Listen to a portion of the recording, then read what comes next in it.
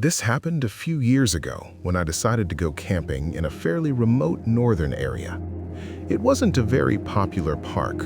In fact, most people preferred other places because that forest had a reputation for being too quiet at night. I actually liked that, so I packed my car with the basics and drove for several hours to get there. I found a small clearing near an old abandoned campsite. It was obvious that someone had used the place a long time ago. There was a circle of stones where a campfire had once burned and a few old logs arranged as if they had once been used as seats. The wood was gray and worn from time. I set up my tent a few meters away from the spot. Nothing seemed unusual. During the afternoon, I walked around the area a bit, gathered some firewood, and returned before it got dark. The forest was quite dense, filled with tall pines, and the ground covered in dry needles. Night came quickly. I lit a small fire and sat there watching the flames. There was no wind, and the silence was so deep that even small noises carried clearly. In the distance, I could hear insects, and from time to time, the crack of a branch. After a while, I noticed something strange. It sounded like someone walking among the trees. It wasn't constant, more like slow steps. I thought it might be a deer or some large animal looking for food near the clearing. At first, I didn't pay much attention. Then I heard a sharp knock. It came from the direction of the abandoned campsite. I turned off the flashlight I had been using and stayed still. The fire only lit a few meters around me. Beyond that, everything was darkness between the trees. The footsteps returned. This time they were heavier. It sounded like something large walking slowly around the old campsite. I heard branches snapping, leaves shifting, and something that sounded like deep breathing. It wasn't the kind of sound a deer would make. I grabbed my flashlight and pointed it toward where the noises were coming from. For a few seconds, I saw nothing. Then something moved between two trees. At first, I thought it was just a shadow, but when I focused the light better, I could make out a large figure standing there. It was taller than any person I had ever seen in the forest. It was partly hidden behind a trunk, but I could clearly see wide shoulders and a body covered in something dark. It didn't move quickly. It just stood there, looking toward the clearing. The flashlight briefly illuminated part of its face. It wasn't enough to see clear details, but it was enough to notice that it didn't have the shape of a bear. The head looked more elongated and was far too high above the ground. It stayed still for a few seconds. Then it took a step backward into the trees. The movement was surprisingly quiet for something of that size. I only heard another branch snap and then the sound of footsteps slowly moving away. I didn't try to follow it. The fire was already dying down and the forest became silent again. I sat there for quite a while staring into the darkness, trying to convince myself that it had been a large animal. But something didn't add up. The next morning, I walked over to the old abandoned campsite. In the damp ground near the stones of the old fire pit, I found several deep footprints. They were large, longer than my boot, and shaped very much like a human foot. There were no other marks around them, just those footprints leading into the forest.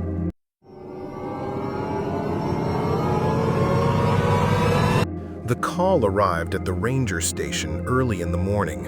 A man reported that his friend had not returned from a short camping trip. The camper's truck was still parked along a dirt road, but no one had seen him for 2 days.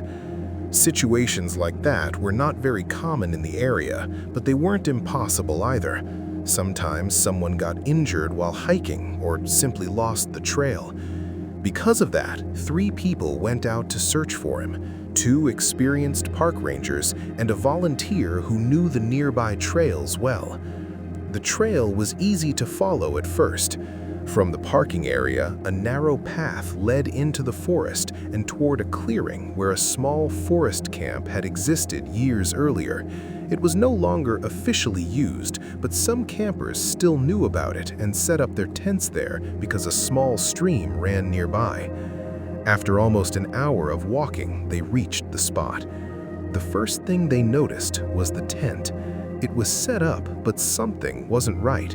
One of the poles was bent, and the fabric had a long tear on one side.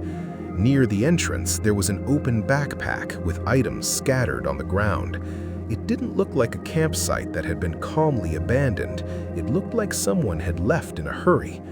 One of the rangers started checking the perimeter while the other studied the ground looking for tracks. The volunteer walked a few meters toward the stream to see if he could find anything else.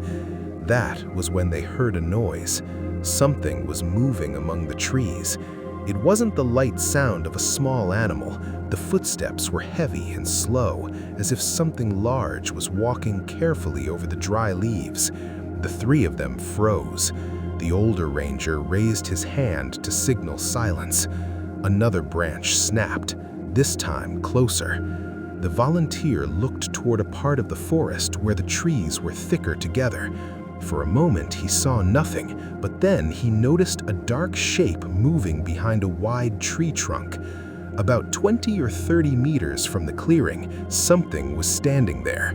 It didn't look like a bear. The figure was too tall, and the shoulders appeared wide, almost level with a low pine branch nearby. Part of the body was hidden by the tree, but long arms could be seen hanging at its sides. One of the rangers lifted his flashlight. The beam reached the figure for a brief moment.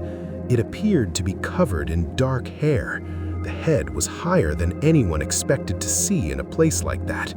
The creature wasn't running or showing fear. It was simply standing there, watching the camp. No one spoke. One of the rangers slowly stepped back.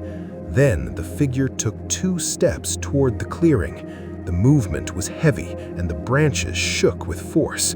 The ranger closest to it raised his voice, trying to scare it away, something that sometimes works with large animals. But the creature didn't back away immediately. It stayed still for a few more seconds. Then it turned slightly and struck the trunk of a nearby tree with its arm. The sound was loud and dry, like a hard blow against wood. After that, it turned and began walking away into the trees. The footsteps could be heard for several seconds until they disappeared deeper into the forest. None of them tried to follow it. Instead, they focused on finding the missing camper. They searched the area for hours, following any possible sign between the trees and near the stream. Eventually, they found him almost a kilometer from the campsite.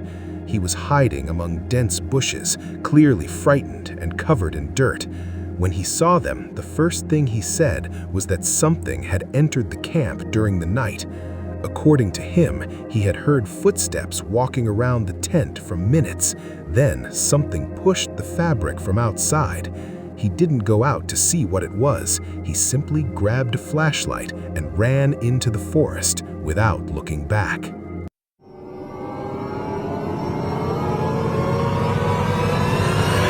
The forest was almost empty that weekend. It was one of those places where trails still appear on old maps, but very few people actually use them. A man decided to camp there because he was looking for quiet, and he knew there was an old clearing where a small forest camp had once existed. He arrived at the spot in the late afternoon. The clearing still showed signs that it had been used years ago. A circle of blackened stones marked where a fire had once burned, and nearby there were old logs arranged as if they had been used as seats. Everything was covered with leaves and pine needles. He set up his tent a few meters from the circle of stones and spent the rest of the afternoon walking around the area. The forest was thick, filled with tall trees that barely let the light pass through.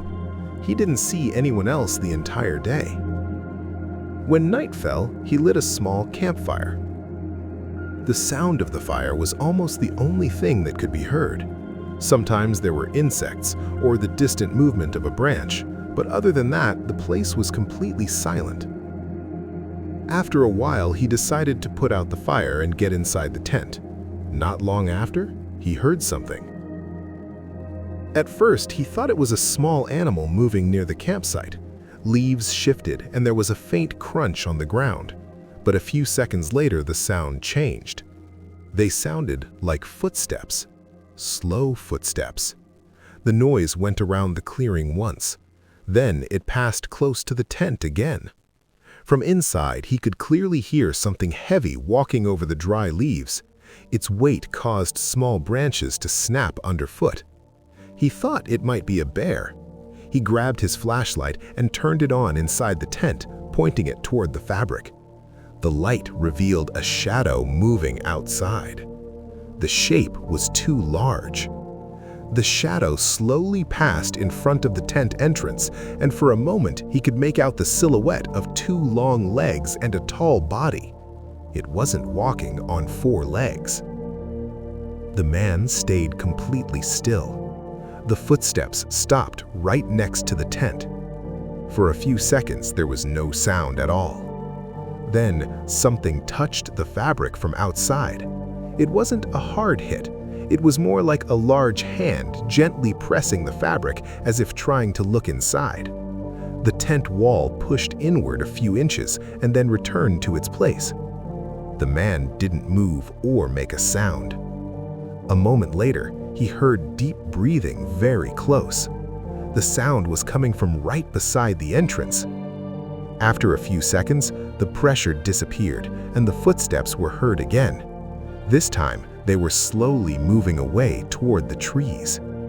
The silence returned to the forest. Several minutes passed before he finally dared to step out of the tent. He took the flashlight, carefully opened the zipper, and pointed the beam toward the clearing. There was nothing there. The place looked exactly the same as before. But when he walked a few steps toward the old circle of stones, he noticed something in the damp ground near the edge of the campsite. There were several footprints. They were large, much larger than any boot. They had a shape similar to a human foot, with the toes clearly marked in the dirt. The footprints began near the tent and continued toward the dark forest, disappearing between the trees.